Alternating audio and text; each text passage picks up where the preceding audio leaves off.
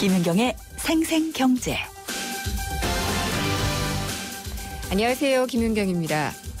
중국과 그리스 등 대외 변수도 불투명한데요. 메르스라는 생각지도 못했던 대내 변수까지 겹치면서 우리 경제 어떻게 갈지 잘 보이지 않습니다. 3%대 성장도 어려울 수 있다라는 얘기가 나온 데 이어서요. 오늘 금융연구원은 올해 우리나라 경제 성장률 전망치를 2.8%로 대폭 낮추기도 했습니다. 더 낮아질 수도 있는 걸까요? 금융연구원 연결해서 직접 얘기 들어보겠습니다. 청산을 눈앞에 두고 있던 펜텍, 갑자기 사겠다는 업체가 나타났습니다. 그래서 상황이 급반전하고 있는데요. 국내 중소기업이 중심이 된 컨소시엄이 인수 의향을 밝혔습니다. 인수를 하더라도 펜텍이 기존의 펜텍으로 가지는 않을 것도 같고요. 끝까지 지켜봐야 결과를 알 수 있을 것 같은데 펜텍의 운명 짚어보겠습니다. 김윤경의 생생경제 1부 시작합니다.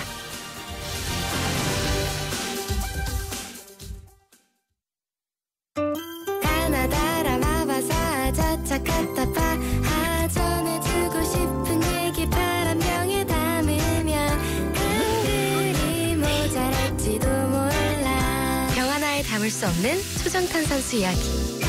파란을 일으키다. 초정탄산수.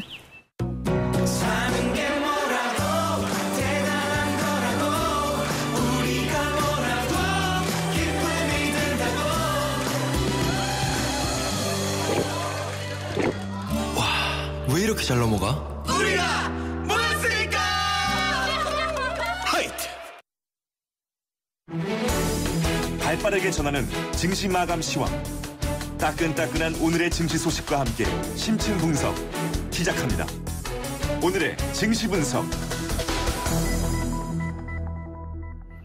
김윤경의 생생경제 베러 앤 디퍼런트 르노 삼성차 제공으로 1부 시작하도록 하겠습니다. 오늘 수요일 증시 어떻게 끝났는지 알아보겠습니다. 흥국증권 리서치센터의 서동필 수석연구원 연결하겠습니다. 안녕하십니까? 네, 안녕하세요. 입에 착 붙지 않네요. 소속을 바꾸셨군요. 예, 그렇습니다. 네, 반갑습니다. 다시 또 저희 방송 해주셔서요. 네, 감사합니다. 그래서 시장이 오늘 올랐나요? 예, 여기 공기자 2주째 됐지만 오랜만에 네. 좋은 모양새를 봤다 이렇게 말씀드릴 수 있겠습니다. 그렇네요. 코스피는 오늘 6.14포인트 0.3% 상승해서 2034.86포인트를 기록했습니다. 네. 코스닥 역시 12.33포인트 1.75% 상승해서 718.61포인트에서 마감을 했습니다. 수급 측면에서 보면 외국인 투자자들 어제도 많이 팔았는데 오늘도 거래소에서 1,500억 원 정도 주식을 팔아서 여전히 국내 주식시장에 대해서는 좀 제대로 된 관심을 보여주지 못하고 있다라고 볼 수 있겠고요. 기관 투자들은 투신이 400억 원, 연기금이 200억 원, 오랜만에 기관이 한 900억 원 정도 주식을 사주면서 네. 외국인의 매물을 잘 막아냈다라고 평가할 수 있겠고, 코스닥 시장에서는 외국인과 개인이 각각 50억 원, 630억 원 매도 우위를 보였지만 기관이 780억 원 정도 주식을 사주면서 네. 코스닥 시장의 강세를 이끌었다 평가할 수 있겠습니다. 근데 참 추세를 예측하기가 어려운 것 같아요. 예, 언제나 주식시장 평가하기는 어렵지만 최근 들어서의 모습은 더욱 그렇습니다. 네. 사실은 4월 달까지만 해도 2180포인트를 넘어서면서 시장이 훨씬 더 강한 모습을 보여줄 줄 알았지만 최근에는 2030포인트대로 떨어지면서 전반적으로 시장이 이제는 다시 2000포인트를 깰 수도 있다라는 네. 이런 위협감을 느끼는 걸 보면 시장이 정말로 좀 많은 등락을 거듭하면서 투자의 애로사항을 겪게 하고 있다라고 평가할 수 있겠습니다. 그러면은 지금 미국의 FOMC가 끝나는 게 우리 시간으로는 내일인가요? 예, 그렇습니다. 예, 내일 모레 그게 영향을 좀 줄 만한 게 있을까요? 신경이 좀 쓰입니다. 물론 네. 결과에 대해서는 다들 알고 있을 겁니다. 기준금리는 동결할 것이고 조금은 더 매파적인 이야기를 꺼낼 수 있다. 그래서 9월 달쯤에는 기준금리를 올릴 수 있다라는 이야기가 나오지 않겠느냐. 결과는 알고 있지만 막상 9월 달에 기준금리 인상 가능성이 좀 더 높은 쪽으로 발언이 나온다고 하면 네. 시장은 이거에 대해서는 분명히 거부감을 내보일 수 있기 때문에 결과는 알지만 여전히 이 멘트를 한번 더 챙겨보고 싶다. 이런 생각이 강한 것 같습니다. 미묘한 발언의 차이에도 또 움직이게 되는 게 시장이라서요. 정말로 뭐 행간의 뜻을 헤아린다라는 말을 하는데요. 네. FOMC 의사록을 보면서 늘 그런 생각을 하게 됩니다. 오늘 코스닥 쪽에서 보면은 그 기존에 많이 올랐었던 바이오주 같은 경우에도 좀 올랐던 것 같고요. 전체적으로는 그렇게 나쁜 모습은 아니었죠. 예, 말씀드렸던 것처럼 지수 자체가 1.75% 뭐 상당히 많이 오른 폭입니다. 이번 주 초부터 이 주식의 이 상한가 폭이 기존 15%에서 이제 30%로 늘어나면서 네. 전반적으로 많이 올랐던 그런 고평가됐던 종목들이 좀 더 부진할 거다라는 이야기가 나왔었는데요. 월요일 하루 좀 모양새가 좋지 않았지만 어제와 오늘은 뭐 그러한 걱정을 바로 불식시키면서 네. 기존의 이 시장을 이끌었다라고 하는 제약 바이오주들 뭐 오늘 시장을 이끄는데 뭐 1등 공신이었다라고 평가할 수 있겠습니다. 대형주들은 어땠나요? 유가증권 시장의 좀 대장주들이요? 대장주는 뭐 이름만 대장이지 여전히 뭐 시장을 제대로 이끌지는 못하고 있습니다. 네. 오늘 같은 경우에는 화학 업종이 시장을 좀 이끌어줬기 때문에 이 코스피가 좀 강세 반전을 하긴 했지만 네. 전반적으로 궁금해하시는 뭐 삼성전자 0.08% 하락했습니다. 그러니까 아무 일도 없었고요. 네. 또 기존에 많이 관심을 가졌던 현대차 같은 경우에도 이 환율 시장의 불안정으로 인해서 0.73% 하락을 했습니다. 그러니까는 두 대장주라고 할 수 있는 삼성전자, 자동차 여전히 힘을 쓰지 못하고 있고요. 반면에 그동안 좀 많이 올라서 쉬었다라고 볼 수 있겠지만 다시 화학주들 롯데케미칼 1.96%, LG화학 5.9% 오르면서 화학주가 시장을 강하게 이끄는데 앞장섰다 이렇게 평가할 수 있겠습니다. 모든 지금 힘을 갖고 주도하는 주가 없다라고 봐야지 될 것 같네요. 뭐 아무래도 종목별로 늘 흔히 얘기하는 부침이 심하다. 네. 이런 표현이 적당할 것 같습니다. 네, 오늘 말씀 잘 들었습니다. 감사합니다. 예, 감사합니다. 흥국증권 리서치센터의 서동필 수석연구원이었습니다. 오늘 하루 당신이 꼭 알아야 할 경제 뉴스는 중요한 경제 뉴스를 콕콕 집어드립니다. 네, 오늘의 경제 뉴스 정리하겠습니다. 뉴스원의 배성민 기자 연결합니다. 안녕하십니까? 네, 안녕하십니까. 배성민입니다. 네, 오늘 1차 노동시장 개혁 추진 방안이 발표가 됐죠? 예, 그렇습니다. 예. 화두가 됐던 게 이제 임금 피크제 적용인데 어떤 식으로 정리가 됐나요? 예, 임금 피크제부터 이제 먼저 말씀을 드리면 이제 네. 정년을 앞둔 근로자가 마지막 그 기간 때쯤에 이제 3년에서 5년 정도가 되는데 이때 임금을 점점 줄여나가서 임금을 덜 받더라도 일을 더하는 이런 방식입니다. 그렇죠. 예, 장년층 근로자 임금이 줄어드는 만큼 청년을 또 고용하라는 그런 취지가 담겨 있는데 하지만 이게 좋은 취지에도 불구하고 이제 노노 갈등이라고 할 수 있죠. 청년층과 장년층이 대립하는 양상을 빚을 수 있다. 이래서 네. 노동계 반발이 좀 거센데요. 이 때문에 이거에 대해서 세부안을 좀 내놨습니다. 고용노동부가 노동자 동의 없이도 임금 피크제로 도입할 수 있도록 뭐 취업 규칙 해석이라든지 운영 지침 이런 것들을 한번 손대보겠다 이런 것인데. 그럼 회사 마음대로 할 수 있다는 거네요?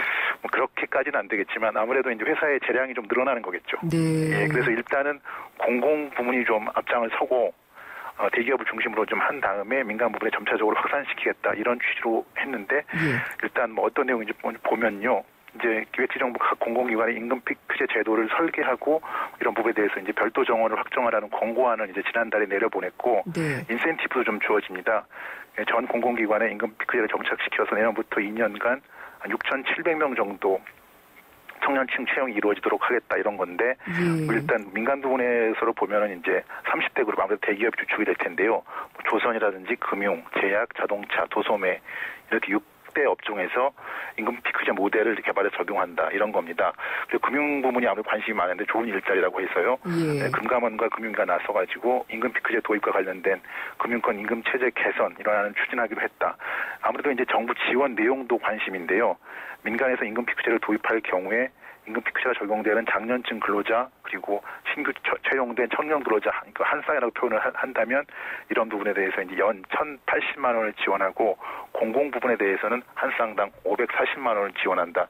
이런 것이 정부의 대체적인 지원한 이런 내용입니다. 근데 이제 청년 근로자가 신규 채용이 됐고 임금 피크제 적용을 받는 장년층 근로자가 있으면 그걸 한 쌍으로 묶는다 그랬잖아요. 예, 예. 그러면은 그래서 민간에는 연 1,080만 원을 판다고 했는데 이게 개인이 받는 게 아니라 기업이 받는 거죠? 예, 기업이 받게 되는데 이제 그런 부분이 아무래도 이제 그 이 근로자에게 녹아들도록 하겠다는 그런 건데 이것이 다 이제 개인에 돌아갈지 이거는 좀 지켜봐야 할 것 같습니다. 배승민 기자 보시기에는 그래도 이게 노동자들, 근로자들과의 대화나 합의가 없이 또 도입할 수 있다고 하는 게 좀 위험하다고 보진 않으셨나요? 그런 부분도 있긴 한데요. 네. 보시면은 이제 그 이 30대 그룹 그리고 이제 조선 금융 제약 뭐 이런 자동차 이런 부분을 보면 네. 대부분 다 노조의 입장이 좀 강한 네. 이런 업종이라고 볼 수 있습니다. 그래서 이런 것들이 도입이 된다고 해서 완벽하게 이 정부의 안대로 될지는 좀 지켜봐야 할 것 같고요. 노동계는 일단 반대를 하고 있는데 네. 이거 교섭이라든지 이런 곳에서 이제 서로의 입장을 관철시키기 위해서 이거를 카드로도 쓸 수 있을 것 같습니다.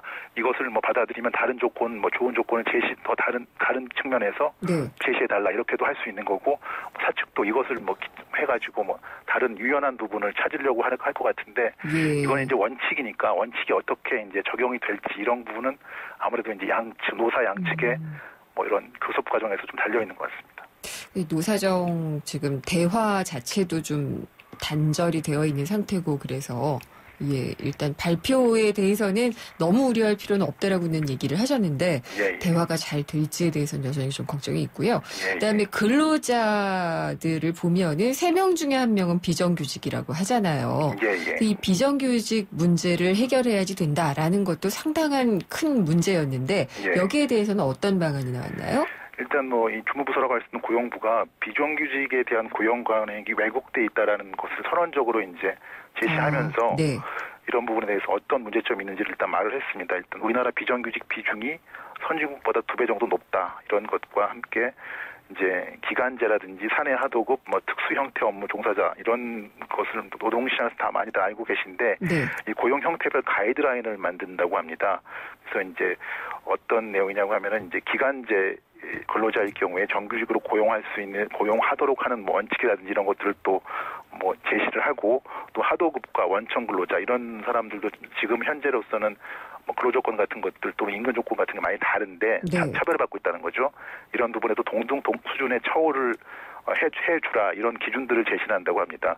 그래서 이제 또 세부적으로 보면은 정규직 전환을 할 경우에 60만 원 한도에서 임금 상승분의 절반을 1년간 지원해주는 인센티브를 마련하고요. 네. 또 취약 근로자라고 하는 그런 분들에 대한 보호 방안도 있는데 사업주가 이제 최저임금을 위반한 경우 이런 경우에는 즉시 과태료를 부과할 수 있도록 최저임금법 개정을 추진하고요. 뭐 체불 근로자 보호 강화를 위한 근로기준법 제정이라든지 뭐 지원 절차 마련을 위한 임금채권 보장법 시행령 개정 이런 것들을 병행해서 네. 아무래도 좀 약자를 보호한다는 측면을 많이 강조하고 있는 것 같습니다. 그렇군요. 근데 오늘 보니까요, 제목이 약간 달라진 것 같아요. 원래는 노동시장 구조 개혁이라고 고용노동부에서 얘기를 했었는데, 예. 구조라는 말이 싹 빠졌네요. 그런 부분은 이제 너무 이제 딱딱하게 나갈 경우에 네.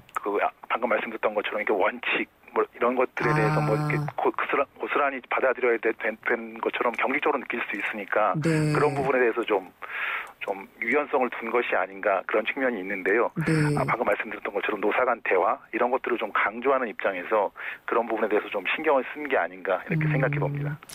그렇군요. 그리고 항상 이제 시작은 뭐든지 공공부문부터 시작을 하게 되는데 예. 공공기관들의 경영 실적이 나쁘면 예. 뭐 이쪽에 대해서는 압박을 가할 수 있다라는 얘기는 있었는데 이제는 기관장을 해임할 수 있다는 그런 권한까지 나온 건가요? 예, 뭐 그런 것들에 대해서 이제 상당히 강한 톤으로 나오게 됐는데요. 이제 뭐 아무래도 뭐 신의 직장이다, 뭐 이렇게 많이 비난도 많이 받았지 않습니까? 그래서 이런 것들에 대한 세부적인 내용인데 기획재정부가 이제 공공기관 운영위원회를 열어가지고 지난해 이제 주요 공공기관들의 경영실적 평가 결과를 심의 의결하면서 내놓았습니다. 그래가지고 경영실적이 S등급부터 뭐 A, B, C, D, E 이렇게 6가지로 평가가 됐는데 뭐 수미한가 이렇게 생각하시면 될 것 같습니다.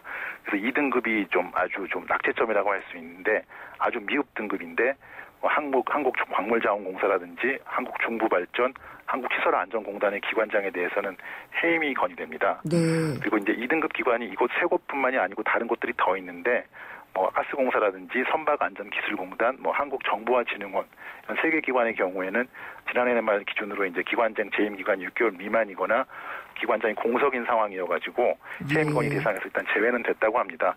그리고 이제 D등급, 미흡 등급에는 이제 3개 기관, 석유공사, 최근에 뭐 자원외교 이런 것도 문제도 많았었는데요. 석유공사하고 이제 한국수력원자력, 이것도 비리가 많아가지고 문제가 됐던 그런 곳인데, 그리고 한국기상산업진흥원 이런 기관장에 대해서는 경고 조치, 그리고 D등급 이하 15개 기관에 대해서는 경상경비 예산을 편성할 때 1% 이내에서 깎는 이런 뭐 처벌을 가하는 거죠. 그리고 반면 이제 한국도로공사라든지 한국수자원공사 같은 A등급 이상 15개 기관은 예산 편성을 할 때 재무 상태 등 기관별 여건을 고려해서 1% 내에서 더 주는 이런 방안을 추진합니다.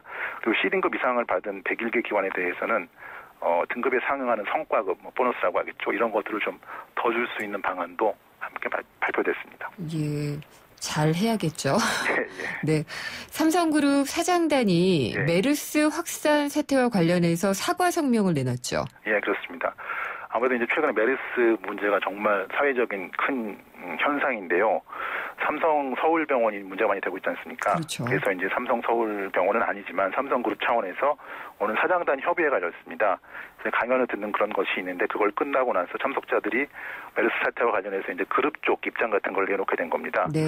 삼성 서울병원이 메르스 사태의 진원지가 되고 있는 데 대해서 내부 반성과 함께 우려한다 이렇게 말은 했습니다. 뭐 고개를 못 들 정도로 부끄럽고 참담하다. 그리고 깊이 반성하고 국민 앞에 송구하기 그지없다. 이런 아주 많이 몸을 낮추는 이런 의견들을 많이 내놨다고 하는데요. 삼성 서울병원을 포함해서 그룹 전체가 모든 역량을 동원해서 지원에 나서겠다. 이런 것도 말을 했는데 생각해보면 이제 뭐 그룹 임직원들이 뭐 말과 행동 하나하나에 자숙하고 더 근신하겠다. 이런 말도 했고요.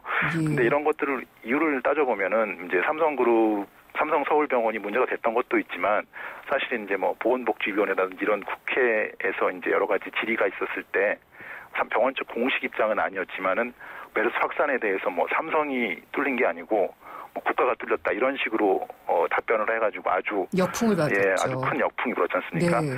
이런 문제에 대해서도 좀 민감한 것 같기도 하고요. 다른 측면을 보면은 사회적인 문제에 대해서 이제 뭐 대기업에서 이런 입장을 내놓는 게 좀 이례적일 수도 있는데 최근에 이제 이건희 회장에서 3세인 뭐 이재용 부회장 쪽으로 여러 가지 경영권이 넘어가는 상황이지 않습니까?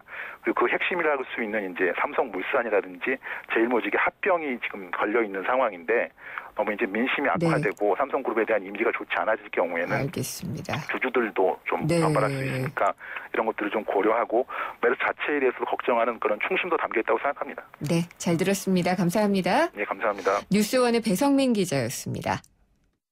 제가요 틀니 때문에 불편했걸랑요. 음식을 씻거나 노래할 적에 덜그덕 걸리니까 자신감도 없어지고. 근데 폴리덴트 접착크림 아유 좋더라고. 틀니를 딱 붙이니까 하루 종일 걱정이 없어요. 폴리덴트 덕분에 자신 있다고. 폴리덴트 글락소스미스클라인 본제품은 의료기기입니다.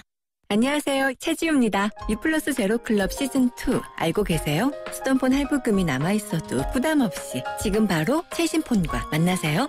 6개월간 할부금 제로, 최신폰을 부담없이 갖는 유플러스 제로클럽 시즌2. 할부원금 6개월 납부 이후 24개월 균등 상환. 7월 31일까지 자세한 사항은 홈페이지를 참조해주세요. 사진 좀 찍어보신 분이라면 어둠 속에서도 더 밝고 선명하게 지키는 f1.8 렌즈와 전문가 모두의 가치를 아실 겁니다. 이제 스마트폰에서도 See the great, feel the great. LG G4. 네, 생생경제에서는 청취자 여러분께 선물을 준비를 해두고 있습니다. 참 쉬운 중국어, 문정아 중국어에서 드리는 10만 원 상당의 온라인 수강권이 준비가 돼 있고요. 동대문 디자인 플라자 DDP에서 열리고 있는 앤디 워홀 라이브전 관람권을 한 분당 4장씩 드리고 있습니다. 생생경제에 대한 의견을 문자로 주신 분들을 추첨해서 드리고 있는데요. 짧은 건 50원, 긴 건 100원의 정보 이용료가 부과되는 휴대전화 우물정의 0945번, 우물정의 0945번으로 보내주시면 저희가 추첨을 통해서 선물을 보내드리겠습니다. 생생경제 1부 여기까지고요. 잠시 후 광고 듣고 2부로 돌아오겠습니다.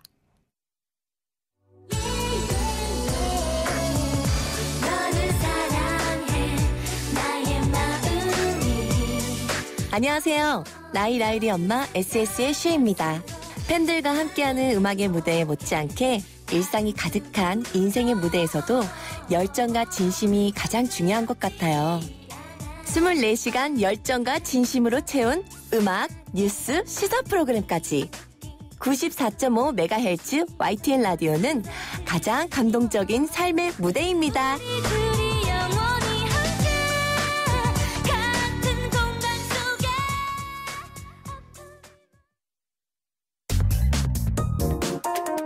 우리 경제의 민낯을 한꺼풀 벗겨보는 경제 뉴스. 경제를 위한 새로운 시각. 김윤경의 생생경제.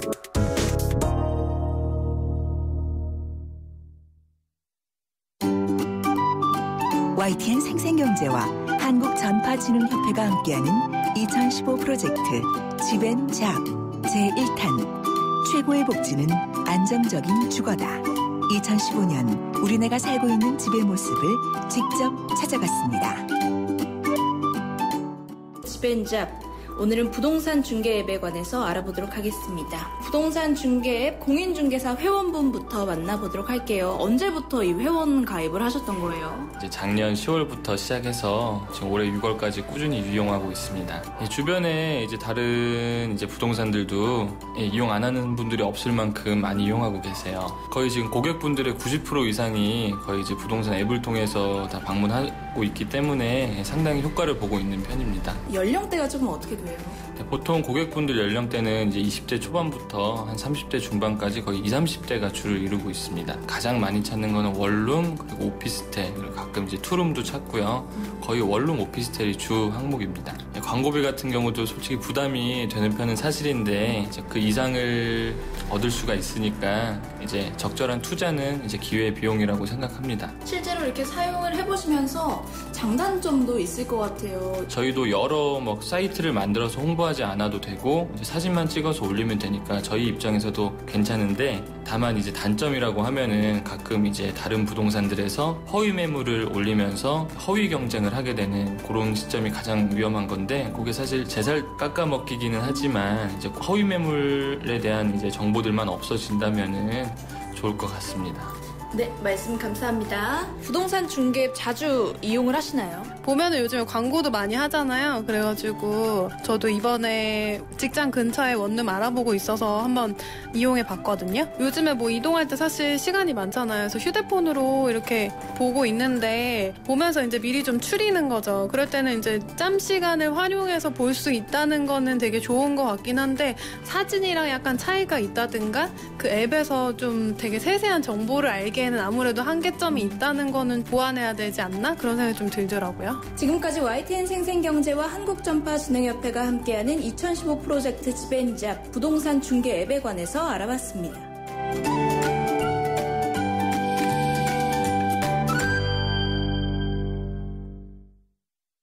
이 차가 새로 나온 산타페 더 프라임입니다. 강인한 외관과 편안한 승차감으로. 잠깐, 외관은 딱 봐도 강인해 보이는데 속은 어떻게 알죠? 지금 타보시면 압니다. 가까운 현대자동차 시승센터를 방문하세요. 시승 신청은 현대자동차 홈페이지 참조. New thinking, new possibilities. 현대자동차. 사는 게 뭐라고 대단한 거라고 우리가 뭐라고 기쁨이 든다고. 와, 왜 이렇게 잘 넘어가? 우리가 모였으니까. 하이트. 논란이 되고 있는 경제 이슈를 파헤치는 생생포커스. 논란의 쟁점은?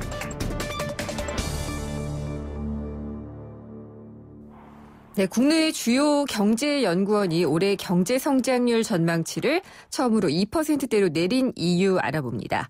김윤경의 생생경제 2부 함께하고 계십니다. 우리 경제가 정말 지금 앞이 잘 보이지 않는다고 해야 할까요? 미국, 그리스 이런 대외 변수들도 만만치 않은데 미처 생각지도 못했던 메르스까지 큰 변수가 되면서 더욱더 전망하기가 어려워졌습니다.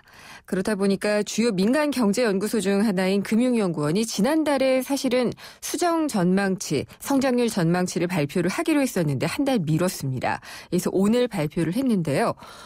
생각보다 많이 낮췄습니다. 지난해 10월에는 올해 경제가 3.7% 성장할 것이라고 내다봤었는데 2.8%로 무려 0.9%포인트나 낮췄는데 왜 이렇게 낮추게 됐을까요? 금융연구원의 김석기 연구위원과 함께 알아보도록 하겠습니다. 김석기 박사님 안녕하십니까? 네, 안녕하세요. 네, 박사님, 지난해 10월에 금융연구원이 올해 우리 경제가 3.7% 성장할 수 있다라고 전망을 했었는데요. 시점이 좀 지나기는 했지만은 2.8%까지 무려 0.9%포인트나 내려온 것은 굉장히 좀 걱정스러운데요. 어떻게 이렇게 된 건가요? 네, 그래서 저희 연구원이 이제 지난 전망을 작년 10월에 발표했었는데요. 네. 당시 2014년 3, 4분기 성장률까지 고려했던 발표였습니다. 네, 하지만 이제 4, 4분기 이후에 수출을 중심으로 해서 경기가 눈에 띄게 안 좋아졌고, 네. 그리고 내수도 생각보다 회복세가 미약해서 이번에 좀 수정 전망을 크게 하게 되었습니다. 그렇군요. 한 달 동안 이 발표를 미루신데도 여러 가지 변수들이 많아졌기 때문에 좀 더 신중을 기하기 위해서였나요? 네, 맞습니다. 그래서 회복세를 정확하게 측정하기 위해서 그 달별로 나오는 데이터를 봤는데, 네. 5월 발표를 사실 예정하고 있었는데, 근데 그 5월에 나오는 데이터를 추가적으로 확인하기 위해서 이렇게 한 달을 미루게 됐는데요. 네, 생각보다도 안 좋아가지고 이번에 이렇게 발표하게 되었습니다. 그렇죠. 이 3%를 내려오게 민간경제연구소에서 지금 전망을 한 것은 이번이 처음 아닌가요? 이 외국계 증권사. 외국계 증권사는 있었던 것 같고요. 네, 맞습니다. 예. 근데 하반기 그러면은 우리 경제를 위협하는 가장 큰 요소라고 할까요? 어떻게 보고 계신가요? 그러니까 위험 요소가 몇 개가 있어서요. 네. 위험 요소 크게 이제 대외적인 요소랑 대내적인 요소로 나눌 수 있을 것 같은데요. 대외적인 요소로는 중국 경제 성장률 둔화가 이제 가장 첫 번째인 것 같고요. 네. 그래서 이제 우리나라 수출 대상국 중에 가장 큰 비중을 차지하고 있는 것이 중국인데요. 중국 경제의 성장률이 조금씩 하락하고 있어서 이제 우리나라 수출에 좀 나쁜 영향을 주고 있는 것 같고요. 그리고 지금 엔화 약세도 향후 수출 전망을 좀 어둡게 하고 있는 것 같습니다. 네. 이제 일본이 지금까지는 엔화 약세를 기업의 이익을 높이는 데 활용하고 상품 가격에는 반영을 크게 시키지 않아서 국내 기업에 직접적인 해가 없었는데요. 이제는 엔화 약세를 상품 가격 하락으로 이용할 가능성이 있어서요. 이제 수출 기업들의 경쟁력 하락이 좀 우려되는 상황이고요. 네. 또한 이제 9월로 예상되는 미 연준의 금리 인상도 위험 요인이 될 수 있을 것 같습니다. 만약에 이제 미국 금리 인상으로 자본 유출이 일어난다면은 이제 우리나라 금리도 인상해야 되는 상황이 올 수 있는데요. 이제 그렇다면 이제 큰 규모로 늘어난 가계부채가 문제가 될 수 있고요. 네. 그리고 또 소비를 중심으로 한 내수 부진 문제도 있는데 사실 소비 부진의 경우 2000년대 들어서 지속적으로 발생해왔던 사건이기 때문에 일시적인 요인보다는 뭔가 수명 증가나 소득 변화 등 구조적인 원인으로 좀 발생한 것 같고요. 그리고 마지막으로는 좀 아시다시피 메르스 발병이 큰 위험 요소로 떠오르는 것 같습니다. 그렇죠. 그러니까 구조적으로 저출산 고령화가 계속되고 있고 소득이 늘어나지 않고 있는데 메르스라는 또 변수까지 왔으니까 상당히 좀 부담이 커진다는 느낌이 들어요. 근데 이 메르스라는 변수는 얼마나 우리 경제에 영향을 주게 될까요? 이제 아직 메르스가 발병한 이후에 경제 통계 자료가 나온 것이 하나도 없어서 확실하게 말씀드리긴 힘듭니다. 다만 2003년에 홍콩에서 사스가 발병했을 때 그때랑 비교하는 것을 좀 생각해 볼 수 있겠는데요. 당시에도 처음 한 달 동안은 지역사회 감염 없이 병원 감염만 이루어졌고 한 달 이후에는 이제 지역사회 감염으로 확대되는데요. 이를 토대로 현재 우리나라의 메르스가 지역사회 감염 없이 이번 달 내로 종식 가능성이 보인다면은 예상으로는 한 0.1%포인트 GDP 성장률 감소 효과가 있다고 보고 있습니다. 다만 이제 병원 감염을 넘어서서 지역사회까지 확대된다면은 효과는 2배 이상 클 수 있다고 생각합니다. 그렇군요. 그렇게 되면은 지금 수정 전망치를 내놓으신 2.8%보다도 더 낮은 성장률을 기록할 수도 있겠네요. 맞습니다. 네. 근데 지난주에 한국은행이 금리를 전격적으로 인하를 했어요. 그래서 연 1.5%까지 기준금리가 내려갔는데 사실 그동안에도 금리 내린다고 경기 살 것은 아니다라는 얘기도 많았고요. 그랬는데도 내렸거든요. 이게 어떤 도움을 줄 수 있을까요? 저희도 이 금리를 인하한 것이 경제에 큰 도움이 될 거라고 생각하지 않습니다. 네. 저희 연구원에서는 약 0.1%포인트 정도 성장률 상승 효과가 있다고 보는데요.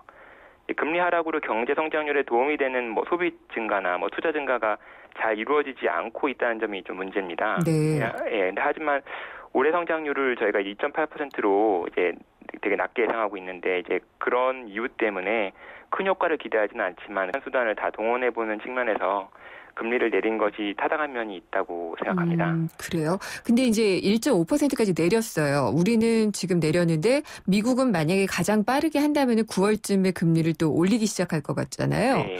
이러면은 금리 차이에 인한 자본 유출, 아까도 지적을 해주셨지만 네. 이런 게 일어날 수도 있고 또 우리는 그렇게 되면은 뒤늦게 금리를 다시 올리기 시작하면은 늘어났던 가계부채들은 다 어떻게 해야 되는지도 걱정이에요. 네. 맞습니다. 현재 가계부채가 이제 잘 아시다시피 1,000조가 넘고 예. 이런 상황에서 금리를 인하하면은 경제 주체들이 빚을 더 많이 지려는 추세가 강해질 수 있습니다. 하지만 그렇죠. 금리 인하가 가지는 경기에 대한 긍정적인 효과가 저희 판단에는 이런 부작용보다는 클 것이라는 것이 저희 생각인데요. 네. 또한 이제 가계부채 문제는 사실 통화정책뿐만 아니라 다른 거시 건전성 정책으로 컨트롤할 수 있는 면이 있기 때문에 네.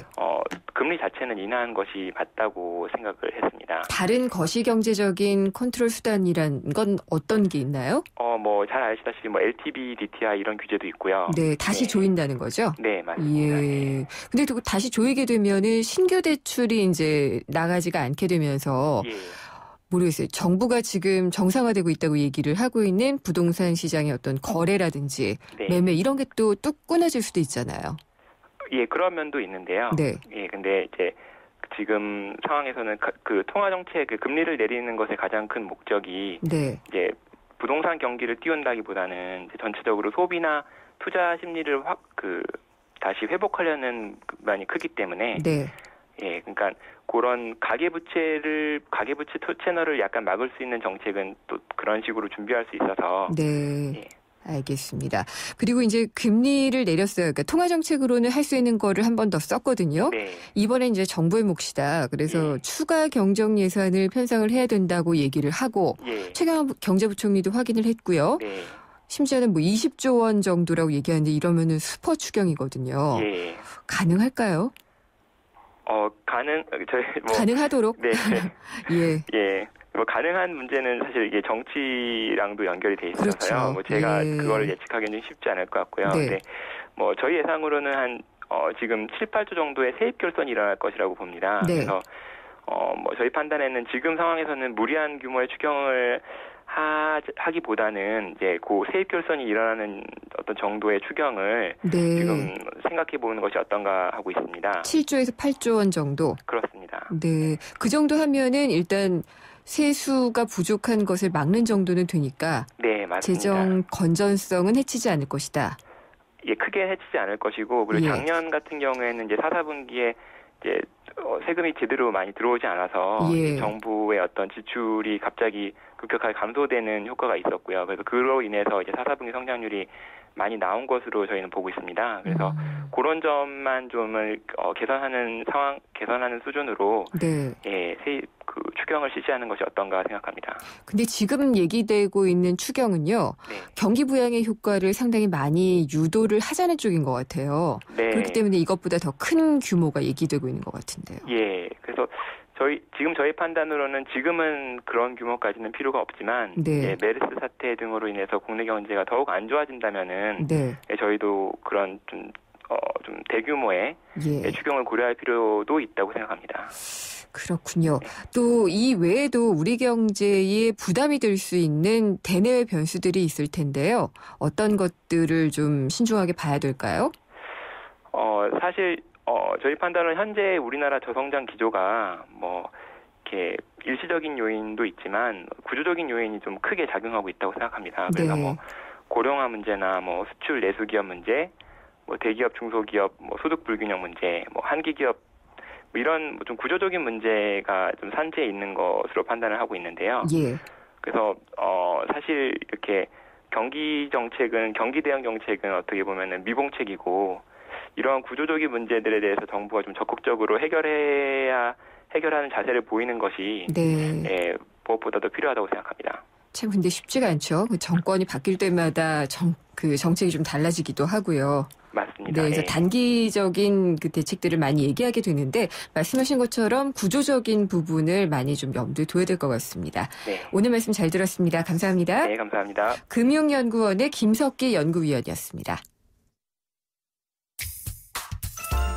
미래가 궁금해? 스마트한 미래의 모습을 보여주는 스마트 IT 뉴스. 네, 스마트 IT 뉴스 시간입니다. 기술이 발전되는 거는 인간을 좀 더 편하게 해주기 위해서가 아닌가라고 막연하게 생각을 해봤는데 인간과 기술이 그냥 융합이 되고 있다는 생각이 요즘 많이 들어요. 생체인식 이런 기술들을 보면은 그냥 인간과 기술은 별개의 것이 아니다 이런 생각이 좀 들기도 하는데 특히나 비밀번호 유출이나 해킹 이렇게 디지털 보안을 위협하는 기술이 나날이 발전하고 있기 때문에 하나밖에 없는 나의 몸, 인간의 몸이 완벽한 비밀번호로 각광을 받고 있는 게 아닌가라는 생각도 듭니다. 생체인증 얘기를 좀 나눠보겠습니다. 한경닷컴의 김민성 기자가 전화 연결돼 있습니다. 안녕하십니까? 네, 안녕하세요. 네, 생체인증 이야기를 준비하셨다고요? 네, 맞습니다. 네, 생체인증이라 그러면 일단 지문, 홍채 이런 거는 생각이 나거든요? 네네. 또 뭐가 있을까요? 뭐 말씀하신 것처럼 지문, 뭐 홍채, 네. 그리고 또 망막, 또 혈관 있죠? 저희 손에 혹은 또 피부에 그런 정맥들이 네. 예. 특히 정맥의 모양을 따는 게 있고요. 그다음 뭐 손바닥의 모양이라든가 얼굴의 형상, 그리고 또 얼굴이나 이렇게 피부의 그 사람마다 온도 그 열이 달라요. 열이 분포되는 열상이라고 그러는데 그런 것도 있고요. 또 사람의 음성, 사람마다 또 음성이 되게 고유한 주파수를 가지고 있다고요. 그리고 조금 더 가면 뇌파도 있고요. 심전도, 뭐 혈관 배치의 모양, 그리고 요새는 걸음걸이도 되게 그 생체 인증의 수단이 된다고요. 진짜요? 네네. 이 걸음걸이가 사람이 그 보폭이나 이 신체를 흔드는 정도가 되게 특이하고 다르다고 해요. 그리고 또 굉장히 또 결정적인 DNA까지 그 개인의 고유한 생체 정보로 지금 이용되고 있는 세상이 열리고 있습니다. 무서운데요.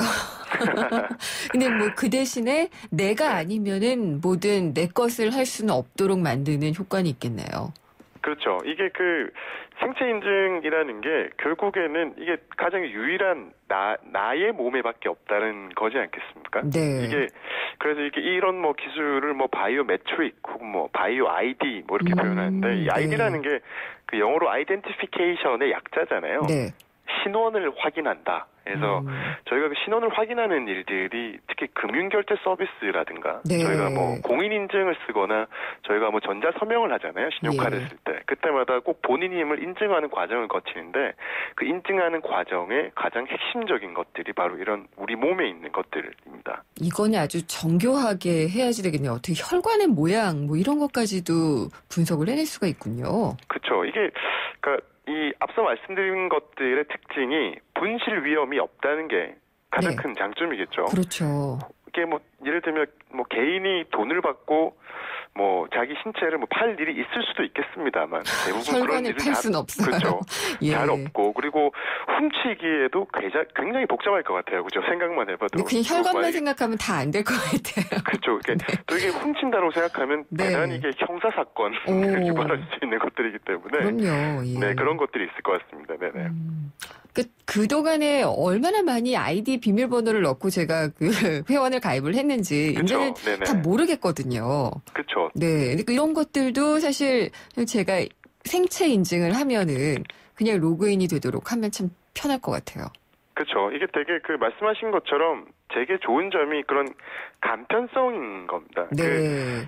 그 2013년 10월에 그 애플이 아이폰 5S를 내면서 그 지문 인식을 처음 뭐 대대적으로 선보였잖아요. 그랬죠. 그때 써보셨으면 아시겠지만 이게 대단히 신기했습니다. 대단히 또 인식률도 굉장히 좋고 물론 뭐 우리나라 펜텍 같은 기업이 애플보다도 빨리 지문 인정을 보이기도 했지만 이게 말씀하신 것처럼 한번 그냥 뭐 갖다만 되면 앱스토어에서 앱 내려받을 때도 저희 요새 보통 그 대소문자 뭐 특수문자 8자 이상 뭐 넣으라고 그러잖아요. 맞아요. 그래서 이게 안 그래도 자판도 굉장히 작은데 내다보 못하도 되는데 지분 한 방으로 하니까 참 편했습니다. 이제는 이게 쇼핑으로 이제 완전히 넘어오는 단계잖아요. 김민승 기자는 해보셨어요, 이렇게? 예, 전 해봤습니다. 이게 대단히 저 같은 경우에는 지금 삼성페이라고 삼성전자에서 지금 페이 서비스를 준비하고 있는데, 그거 시제품 같은 것들을 해본 적이 있었어요. 그냥 단순하게 결제를 할 때, 신용카드를 스마트폰에 저장해 놓으면, 네. 그 신용카드를 올리고 결제하기 전에 지문 인식을 한번 하면, 이 사람이 이 신용카드의 주인이다라는 정보를 전송하게끔 되어 있습니다. 좋은데요? 아니, 이게 공인인증서 비밀번호 다 치고 다시 한번 확인하고 이런 작업 안 해도 되는 거잖아요. 그렇죠. 그래서 말씀하신 것처럼 공인인증서 필요 없고, 특수문자까지 포함된 이 비밀번호 넣을 필요도 없이, 몇 초도 안 걸리는 1초 만에 그냥 지문 인식이 되는 거라서 지금 그래서 이게 삼성페이, 애플페이, 안드로이드페이, 온갖 페이류들의 핵심 인증 수단으로 지금 이제 자리를 잡고 있는 겁니다. 이제는 지문 인식에서 아까 말씀하신 것처럼 인간의 홍채, 아니면 목소리, 얼굴 이 세 가지가 지금 되게 곽광을 받고 있는 시대로 넘어가고 있는 거거든요. 홍채는 그동안 많이 들어봐서 괜찮은데 얼굴 인식은요. 이건 사실 인증 작업이 아니라서 그렇지만 페이스북 같은 거 이용할 때 누구를 태그하시겠습니까? 이런 거 나오잖아요. 그렇죠. 요새 기술이 굉장히 발전해서 엉뚱한 사람이 나오기도 하거든요. 맞습니다. 그러니까 페이스북 쓰시면 아시겠지만 친구들과 같이 사진을 찍어서 올리면 페이스북이 신기하게 알아서 이 사람 이름이 이 사람이지 않습니까라고 물어보잖아요. 무서워요. 대단히 무서운 건데 이게 이 얼굴을 인식하게 만드는 그런 알고리즘 프로그래밍 기술들이 굉장히 발전하면서 지금 중국의 알리바바 지대상거래 업체죠. 알리바바의 마인 회장이 지금 얼굴 인식 이 기술에 굉장히 큰 관심을 보이고 있어요. 그래서 이미 안드로이드 스마트폰 내에 알리바바가 개발한 이 얼굴 인식 프로그램을 직접 시연까지 했었어요. 시연도 하고 이게 결과적으로는 스마트폰 내에 카메라로 얼굴을 인식해서 알리바바가 지금 자체 알리페이라는 아까 삼성페이, 애플페이처럼 알리페이를 지금 이제 탑재하고 있는데 이 핵심 인증 수단으로 얼굴을 선택한 경우라고 할 수 있습니다. 마윈 회장하고 비슷한 사람은 없으니까 그분은 꼭 될 것 같고요. 특이하게 생기셨어요. 많이 특이하시죠. 근데 이 바이오 아이디 산업이 그러면은 핀테크 사업과 이렇게 맞물려서요. 본격적으로 금융이나 어떤 결제나 인증 이런 산업의 구도를 많이 바꿔놓을 것 같은데요? 그렇죠. 이게 신체 인증이라는 게 되게 최근래에만 있는 게 아니라 옛날부터 꾸준히 개발이 돼 왔었어요. 근데 이게 지금 피부로 지금 와닿는 결정적인 계기가 된 게 지금 핀테크가 지금 활발하게 꽃을 피우고 있기 때문인 겁니다. 실제로 보면 결국 보면 이게 돈과 몸과 관련된 거잖아요. 이 돈과 몸이라는 게 아시겠지만 가장 보수적인 영역이고 보수적인 산업 분야이고 저희가 살아가면서 가장 중요하게 여기는 그런 물질적 혹은 기반적 가치들입니다. 그래서 굉장히 철학적인데요. 그렇죠. 이 돈과 몸이 합쳐지면서 기술 발전이 비로소 상용화가 되는 이 시점을 맞이하고 있는 거거든요. 그래서 지금 대단히 산업적으로는 새로운 기회이기도 하고 또 새로운 기술을 경험하는 사용자들한테도 되게 와우 이펙트를 줄 수 있는 거지만 이게 좀 우리도 받아들일 시간이 좀 필요하지 않을까. 좋은 것을 더 극대화하고 또 우리 삶에 끼치는 나쁜 것은 없는지. 그래서 이미 많은 기술 사회론자들이라고 하죠. 새로운 기술이 이게 적용이 됐을 때 우리 삶에 좀 심리적 환경적 이런 문제점들은 없을까를 우려하는 그런 진영들에서 우려하는 목소리가 대단히 큽니다. 그래서 대체적으로 생체 인증이 정말 보안 측면에서 정말 안전한가 이런 것도 아직 조금 해결 과제들이 많이 있거든요. 안전한가를 떠나서 다른 측면에서 생각하면은 무슨 칩 같은 게 내 몸에 들어오는 식의 인증 방식이 될 수도 있잖아요. 그렇죠. 지금 말씀하시는 것처럼.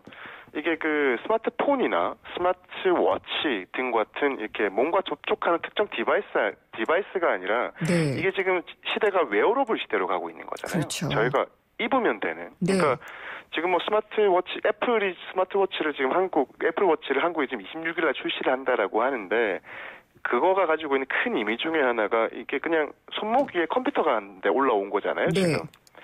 진정한 웨어러블 시대가 되면 컴퓨터가 옷으로 가면 스마트 웨어가 되는 거고 신발로 가면 스마트 슈즈가 되는 건데 상상을 조금 더 발휘해 보면 컴퓨터가 사람 몸속으로 들어오면 이게 정말 스마트 인간이라고 표현해야 될까요? 뭐라고 표현해야 될까요? 더 이상 뭐, 인간의 아이덴티티가 아닐 것 같은데요, 그러면? 그렇죠. 이게 뭐 결과적으로는 이 사람이 어떤 정보를 가진 사람이냐. 네. 그리고 이 사람이 그 아날로그적인 형태로 어떤 발현하는 능력들을 조금 더 쉽게 구현해 줄 수 있는 어떤 기술들이 칩 속에 담기게 되면 그게 되게 기술과 또 뭐 로봇과 사람의 어떤 하이브리드 같은 존재가 될 것 같아요. 네네. 하이브리드. 겁이 점점 나는데요. 오늘 말씀 재밌게 잘 들었습니다. 감사합니다. 감사합니다. 김민성 한경닷컴 기자였습니다. 오늘도 하품하다 하루가 다 갔어. 착한 활력이 필요해. 기운이 뿅 생겨났어. 활력이 슝슝 생겨났어. 착한 활력 비타민으로 채워주세요. 착한 드링크 비타오백. 자연이 선물한 갈색 솔잎에 옛 어머니의 지혜가 더해지면 들리세요? 잠든 생기를 깨우는 갈색 솔잎의 놀라운 능력. 매일 생기로워져요. 첫 피부처럼. 한율 윤려원액. SK텔레콤이 이제 이상하기로 했어요. 새로운 건 처음엔 다 이상해 보이잖아요. 그때까지 없던 거니까. SK텔레콤도 지금까지 없던 새로운 세상을 만들겠다. 그 말이죠. 이상한 생각이 세상을 바꾼다. 이상하자. SK텔레콤. 네, 펜텍이 청산을 바로 앞둔 상황에서 마지막 회생의 기회를 잡았습니다. 새 주인이 되겠다고 나선 곳이 있는데요. 옵티스 컨소시엄입니다. 최종 인수가 완료되기까지는 아직 넘어야 할 산은 적지 않은데요. 4시 뉴스 듣고 3부에서 회생 기회를 잡은 펜텍에 대해서 자세히 짚어보도록 하겠습니다.